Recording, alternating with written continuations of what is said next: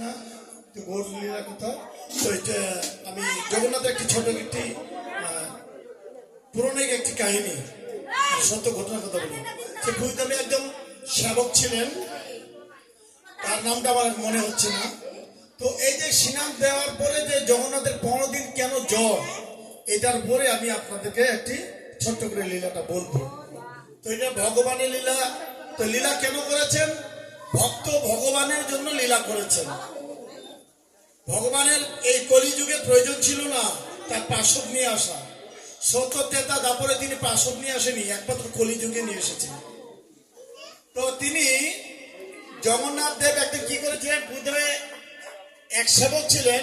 ওই সেবক এমন ভগবানের সেবক, জগন্নাথের সেবক ছিলেন, তিনি তার সেবা করার কাউকে সুযোগ দেয়নি। তার একটি বস্ত্র ধরে নেওয়া, কেউ যদি সেবা করে দিতে চায় সেই সুযোগটা সে দেয়নি। জগন্নাথের সেবা করছেন, জগন্নাথের সেবা করতে করতে এক সময় তার ডায়রিয়া হয়ে গেল, আমার সব পাতলা পায়খানা হয়ে গেল, এমন রোগাগ্রস্ত হয়ে পড়ে গেলেন, তিনি শয্যাশায়ী হলেন। ঠিক যেমন প্যারালাইজ হয়ে যায় একটা মানুষের, ঠিক এরকম হয়ে গেছেন। তো তিনি বিছানায় পেশাব পায়খানা সবই কিছু করছেন। তো জগন্নাথ তখন তার কাছে এসেছেন, কি একটি বাল্য রূপে। তো জগন্নাথের তিনি এমন সেবা করেছিলেন, স্বয়ং বিঘ্ন তার সাথে কথা বলতো। তো শেষ সময়, অন্তিমের সময়, এবং শেষ বয়স, যেমন ইনার শেষ বয়সের সময়, এরকম তিনি ব্রহ্মচর্য জীবন কাটিয়েছেন। তো এমন রোগ হয়ে গেল, জ্বর হইল, আর ডায়রিয়া, আমাশা, পাতলা পায়খানা। সে বিছানায় পায়খানা করে, বিছানায় পেশাব করে, ওখান থেকে ওই অবস্থায় তখন তার সেবা করতে স্বয়ং জগন্নাথ একটি বাল্য রূপে এসেছিলেন। তো জগন্নাথ যখন সেবা করেছিলেন, ছোট করে বলছি, সাজিয়ে বলবো না, তখন এই জগন্নাথ দেবের যখন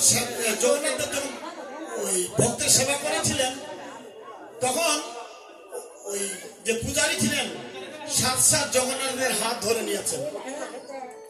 জগন্নাথের হাত ধরে নিয়ে বলছে যে, প্রভু, উত্তরার গর্ভে অশ্বত্থামা বাণ মেরেছিল প্রকৃতকে বাণ করতে, তার বংশকে নিধন করার জন্য তিনি বাণ মেরেছিল। যে যার মৃত্যু হয়েছিল তুমি তাকে জীবিত করেছিলে। তাহলে তোমার কৃপা হলে তুমি যদি ইচ্ছা করো, তাহলে মরাকে জীবিত করতে পারো, জীবিতকে মারতে পারো। আবার তুমি ইচ্ছা করলে দিনকে রাত করতে পারো, রাতকে দিন করতে পারো। কিন্তু প্রভু, আমি সারা জীবন তোমার সেবায়, এই জীবন, দেহ, মন, প্রাণ, জীবন, যৌবন সবকিছু তোমাকে অর্পণ করে দিলাম। সারা জীবন ব্রহ্মচর্য জীবন কাটালাম, সারা জীবন তোমার সেবা করতে চেয়েছি। আজও পর্যন্ত তোমার কাছে প্রার্থনা, শুধু সেবা থেকে যেন বঞ্চিত নাই, তোমার কাছে প্রার্থনা করছি। কিন্তু এটি কেন? আমার আজকে বড় দুঃখ কোনটা? তুমি আমার পায়খানা প্রসাব পরিষ্কার করছো, আমার যত্ন করছো, আমার সেবা করছো, এটা আমার দুঃখ নয়। আমার সবথেকে বড় দুঃখ, সারা জনম আমি তোমার সেবা করে গেলাম, আমি তোমার সেবা করে আজকে আমি তোমার সেবায় বঞ্চিত করলাম। তুমি না অন্তর্যামী ভগবান, তুমি না ভক্তের ইচ্ছা পূরণ করো। তো আমি সারা জীবন তোমার জন্য এত কিছু করলাম, তুমি সবই জানো, কিন্তু কেন তুমি আমাকে তোমার সেবা থেকে আমাকে বঞ্চিত করলে? আজ কেন আমার এই রোগ, কেন আমার এই বেমার, কেন আমার এই ব্যাধি? বলো বলো প্রভু, আমাকে জবাব দাও, কেন তুমি আমাকে সেবা থেকে বঞ্চিত করলে? তখন জগন্নাথ বলছে যে, শোনো, আমি যে তোমাকে রোগটা দিয়েছি, এটা তোমার ভালোর জন্য দিয়েছি। কেন না তোমার এই রোগ আরো 15 দিন থাকবে। কেন? তোমার পূর্ব জন্মের কথিত ফলে যে এই রোগগুলো দিয়েছি, আমি তোমাকে এই জন্মে আমার ধামে নিয়ে যাব।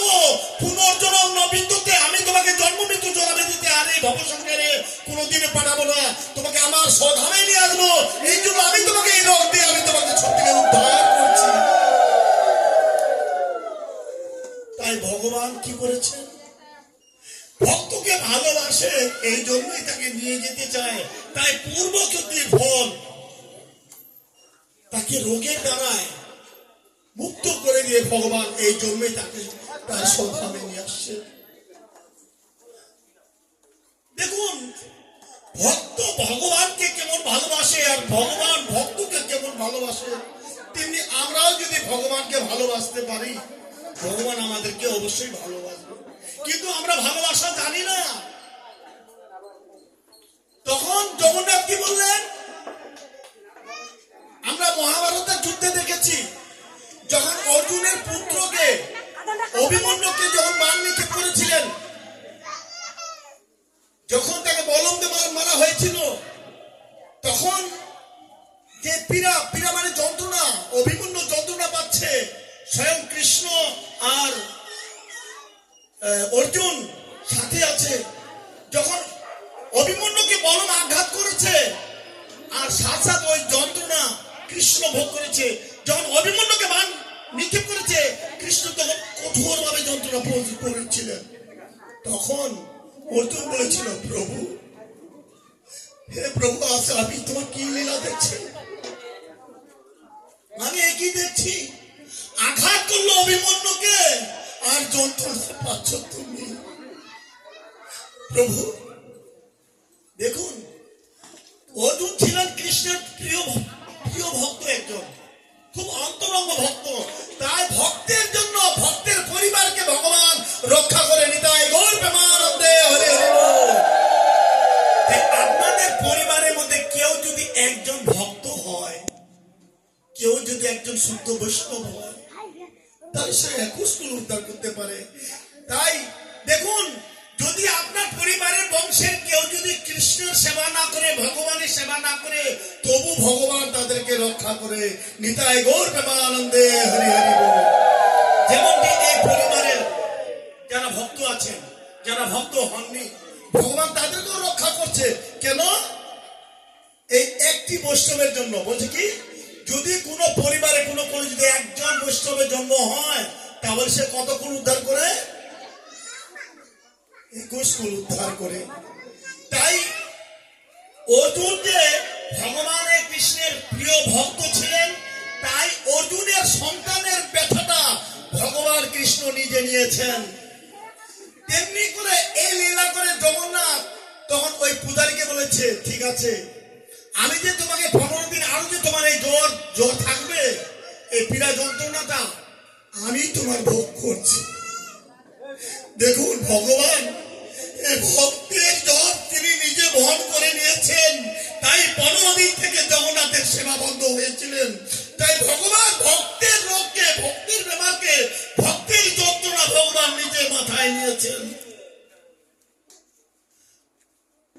ভগবান কেমন ভগবান? ভক্তের জন্য ভগবান কাঁদে। আর আমাদের পাষাণ রাতে হৃদয়ে মানুষ, ওরে হরিনামে যদি পাষাণ বলে যায়, কিন্তু আমাদের হৃদয় যদি বলে না। দেখুন, ভগবান ভক্তের জন্য কাঁদে, ভগবান ভক্তের জন্য করে। ভগবান সদা সর্বক্ষণ পিতা হয়ে, মাতা হয়ে পুত্রকে পাওয়ার আশায় থাকে। তাই জগন্নাথ দুটি হাত বাড়িয়ে গেছে, কখন আমার ছেলে, কখন আমার পুত্ররা আমার কাছে ফিরে আসবে। আর আমরা পিতার কাছে না ফিরে দিয়ে আমরা ছোট খেলনা নিয়ে পাগল হয়ে গেছি। ঠিক করে শিশু যেমন একটি মাটির পুতুল বানাইয়ে কিছুক্ষণ পরে খেলা পড়ে সেটা ভেঙে দেয়, ঠিক এরকম করে আমরা খেলা নিয়ে খেলছি। তাই জগন্নাথের যা লীলা আছে, যে কেউ যদি একটানা 5 বছর থেকে বলে, তবু জগন্নাথের লীলার কথা শেষ হবে না। তো আমি আপনাদেরকে অনুরোধ করব, এই জন্মের মুখ্য উদ্দেশ্য কি? আজকে আমরা কেন এখানে এসেছি? আমরা কি প্রতিদিন আসি এখানে? প্রতি সপ্তাহে, প্রতি মাসে, 6 মাস পর একদিন আসি না, কিন্তু আজকে এসেছি কেন? একটি উদ্দেশ্য কি? জগন্নাথের রথের দড়ি টেনে আমার এই মানুষ জন্ম সাফল্য করার জন্য। তাই জগন্নাথ কৃপা করেছেন। কি কৃপা? যারা কোনোদিন ভক্তি দেওয়া অনুশীলন করেনি, যারা কোনোদিন ধর্মকর্ম পালন করেনি, যারা চাকরি করেন, ব্যবসায় করেন, কৃষিকাজ করেন, যারা কাজের এত ব্যস্ততার মধ্যে ভগবানকে কোনোদিন সময় দিতে পারেনি, তাই ভগবান কৃপা করার জন্য এই রথযাত্রার দিনে তিনি ভগবান সকল জীবের বাড়ি দাঁড়িয়ে ঘুরেছেন। সকল জীবকে উদ্ধার করতে চায়। এটি কে করেছেন? আমাদের গুরু পরম্পরা ধারায় ছিল জয় পতাকা গুরু মহারাজ, তিনি এটা বলেছেন। দেখুন এই গুরু মহারাজ কি করেছেন। এই গুরু মহারাজ মার্চ মাসের ঘটনা, এই মার্চ মাসে সেদিন মায়াপুরে পর্যাপ্ত পরিমাণ ভক্ত ছিলেন। এই দিন যে যত ভক্ত ছিলেন অন্যান্য দিন এত ভক্ত ছিলেন না। সেখানে সরাসরি রাত প্রোগ্রামে জয় পতাকা গুরু মহারাজ হরিনাম করছে, আর পঞ্চতত্ত্ব বিগ্রহ শ্রীবাস নিত্যানন্দ চোখে প্রেম জল অশ্রু ঝরঝর করে বইছে। গুরু মহারাজ কীর্তন গাচ্ছে, ওই পঞ্চতত্ত্ব বিগ্রহ, সেই বিগ্রহ থেকে চোখে জল ঝরছে। তাহলে গুরু মহারাজের চক্ষু কি? প্রেমের চক্ষু। আর আমাদের চোখগুলো কি? কামনা বাসনায় ধরা। আমরা সংসার নিয়ে কামনা বাসনা, নারীর প্রতি আসক্তি, ছেলে সন্তানের প্রতি আসক্তি, সম্পত্তির দিকে আসক্তি, লাভ পূজা প্রতিষ্ঠার দিকে আসক্তি।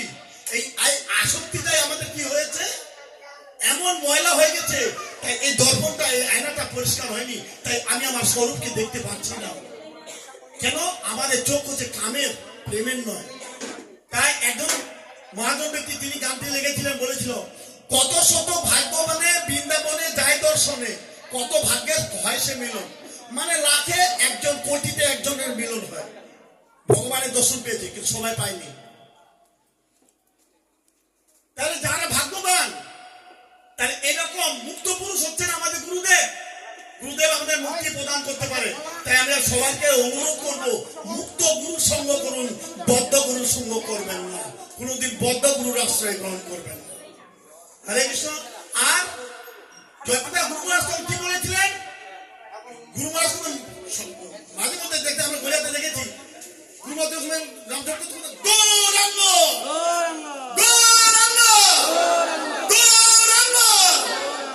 গুরুদেব তখন রোমাঞ্চ কুমার হয়ে গুরুদেব তখন বলেছিল, হে প্রভু, তুমি তো জগতের পিতা, সন্তান ভুল করতে পারে, পিতা কোনোদিন ভুল করতে পারে না। হে প্রভু, যে তোমার ভক্তি যোগ অনুশীলন করেনি, যে তোমার পথ গ্রহণ করেনি, তাদেরকে তুমি উদ্ধার করো, তাদেরকেও উদ্ধার করো। কেননা সে যে তোমারই সন্তান, তোমারই পুত্র। তাই পুত্র ভুল করতে পারে, তুমি তো ভুল করতে পারো না, তুমি পিতা। তাই হে প্রভু, তাদের সমস্ত পাপ তুমি আমাকে দিয়ে এই জগৎ থেকে সকল জীবকে তুমি উদ্ধার করে দাও প্রভু। তাই জগন্নাথ এই সকল জীবকে উদ্ধারের জন্য এই লীলা করেছেন, সবাইকে কৃপা করার জন্য। তাই আমি অনুরোধ করব, এই জন্মের মুখ্য উদ্দেশ্য কি? কৃষ্ণ প্রাপ্তি হওয়া। কিন্তু আমরা এটার মুখ্য উদ্দেশ্যটা পালন করছি না।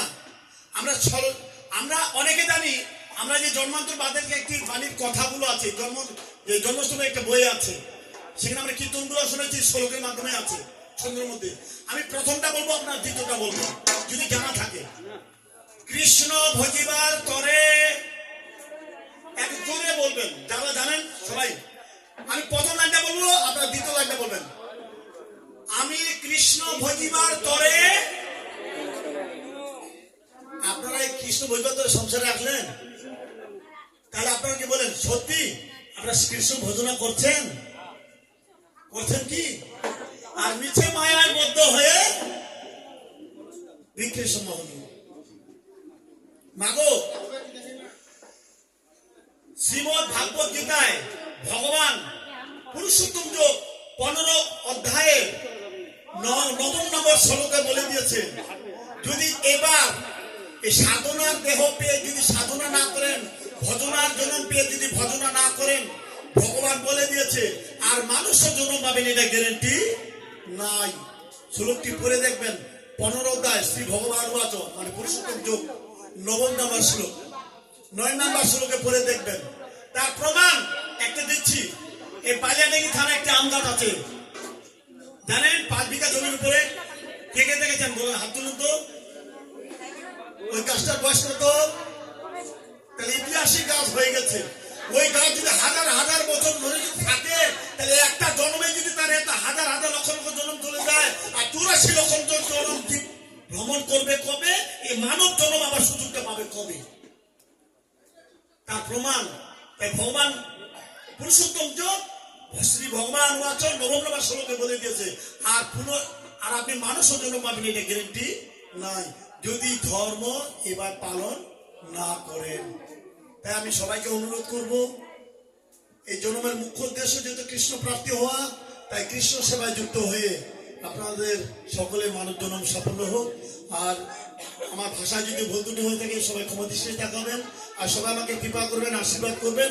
এবার যেন এই জন্মের মুখ্য উদ্দেশ্য আমি যেন পালন করতে পারি, আর আপনাদের সামনে এভাবে প্রচারে এসে আপনাদের সামনে আপনাদের মনোরঞ্জন করে আমি যেন আপনাদের সামনে আবারও এই ভগবত ভক্তির কথা বলার সুযোগ পেতে পারি।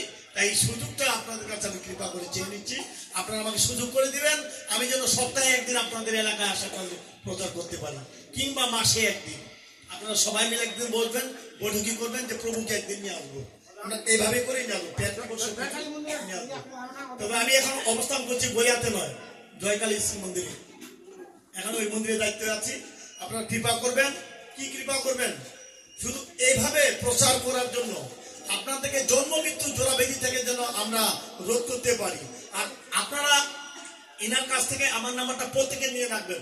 আপনাদের পরিবারে কারো যদি কোনো অসুবিধা হয়, বাবার মায়ের ভাই ভাস্তার কারো যদি হয় অ্যাক্সিডেন্ট হয়েছে, আপনারা একটু আমাদেরকে 1 মিনিট ফোন করে বলবেন যেন আমি আপনাদের জন্য ভগবানের কাছে যেন প্রার্থনা করি, নিষ্কৃতদেবের চরণে 100টা তুলসী পত্র দিয়ে নিষ্ঠুরের স্তুতি করে আপনার সংসারের মঙ্গল কামনা যেন করতে পারি। তাই এই সুযোগটা আপনারা করে দিবেন। এনার কাছে নাম্বারটা নিয়ে প্রত্যেকের পরিবারে আমার নাম্বারটা নিয়ে রাখবেন। কোনো অসুবিধা হলে, কোনো সমস্যায় পড়ে গেলে আমাকে এই অধমকে 1 মিনিট ফোন করে জানাবেন। আপনাদের হয়ে আমরা ভগবানের কাছে প্রার্থনা করব, আপনাদের জন্য ভগবানের কাছে নিবেদন করব। হরে কৃষ্ণ। আর সবাই আমার প্রণাম গ্রহণ করুন, সবাই আমাকে কৃপা করুন, আশীর্বাদ করুন। সবার চরণে আমার ধন্যবাদ প্রণাম। বাঞ্ছা কল্পতরুভ্যশ্চ কৃপা সিন্ধুভ্যশ্চ পতিতানাং পাবনেভ্যো।